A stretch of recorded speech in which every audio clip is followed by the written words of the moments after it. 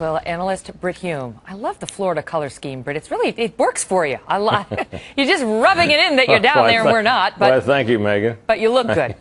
Nice here. So you got to love Harry Reid. I love this quote. I would hope that administratively the president will do what he can to take a look at deportations. But he is being burdened by the law as it exists, and we need to change it. That darn law is such a burden. Well, it is a burden, Megan, and I think the president, so far at least, in terms of deportations of the kind that Harry Reid is talking about, has recognized the law and has not done what Harry Reid wants him to do. In fact, he's deported quite a number of people. It remains to be seen whether the president will do what Harry Reid says, and if he does, whether that will stand. The question that was raised by Shannon's report, and which we've talked about before, Megan, is if Congress tries to halt this, it's not going to do it legislatively because it'll never get out of the Senate. And the president would never sign a law that reined him in on any of these things, or a measure to do that. Mm-hmm. And if he feels free to ignore the law anyway, it hardly matters.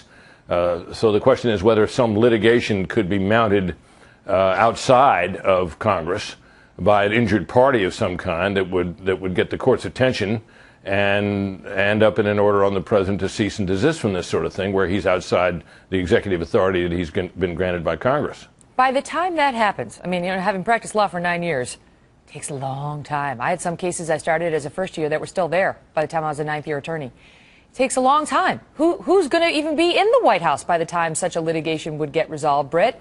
And as a practical matter, is that a real solution?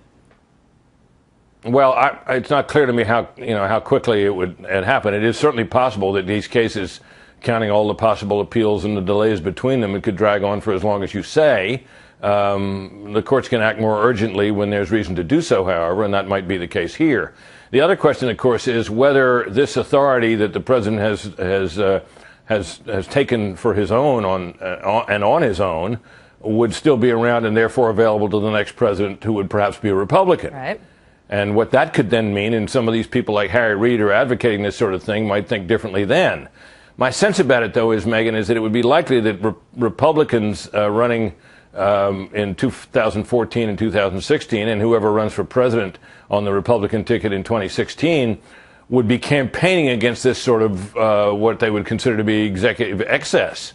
And it would therefore make it a little awkward for them, having run against it, to then start using it once in office. So, okay, but if they did, that may be a long-term consequence that wouldn't come about. If they did, what are the likes of Harry Reid and others going to say? I mean, the Democrats and many in the mainstream media have been all but silent on President Obama's use of executive authority in some controversial matters. I mean, Jonathan Turley, left-leaning law professor, was on the program twice last week, sounding the alarm on this and saying they ignore this at their own peril.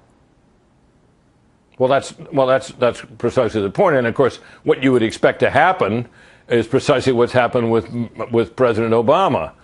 You may recall, as Megan noted, as Shannon noted, Megan, President Obama spoke out strongly against what he considered to be the excessive use of executive power by President Bush. He said it was one of the great problems facing the country, and one he promised to reverse. Now, of course, he's got a bad case of shoe on the other foot disease, which would doubtless afflict Democrats if a president of the other party started doing this again once that president had come to power, say in 2016 or beyond. Yeah, shoe on the other foot disease. I think there's a vaccination for that now. We'll have to look into that before 2016. Believe me, it's a bipartisan affliction, and it's been going on for years. It's not an epidemic at the moment, but we could get there. Britt, great to see you. Thanks, Megan.